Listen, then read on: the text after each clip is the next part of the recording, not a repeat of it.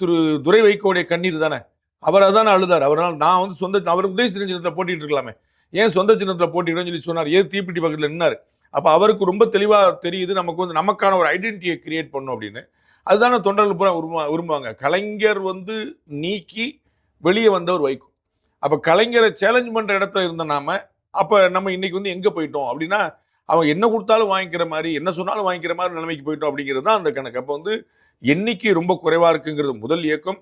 கொடுத்த எண்ணிக்கையிலும் சொந்த சின்னத்துல போட்டியிட அலோவ் பண்ணல. அதான் சொந்த சின்னத்துல போட்டல இவங்க விரும்பாம இல்லையே, இவர்கள் விரும்புறாரு. ஆனா நீங்க 4க்குன்னா 4 நீங்க தோத்துருவீங்க. உதயசூரியன் சின்னத்துலன்னா 1-2 if I am not wrong, ஈரோட்டில் வந்து போன தேர்தல் 2021 மதிமுக சீட் வாங்கி போட்டிட்டு வெற்றி வாய்ப்பு இழந்தவர் திமுக போய் சேர்ந்துட்டார்.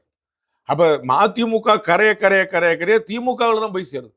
அப்ப என்ன இன்னும் சொல்ல போனா திரு வைகோ அவர்களே மல்லை சத்யா வந்து வெளியேற்றப்பட்ட போது அதிருப்தி வெளியின போது திமுகவுக்கு ஆதரவாக கட்சிக்குள்ள கழகத்தை விளைவித்தார்னு சொல்லி.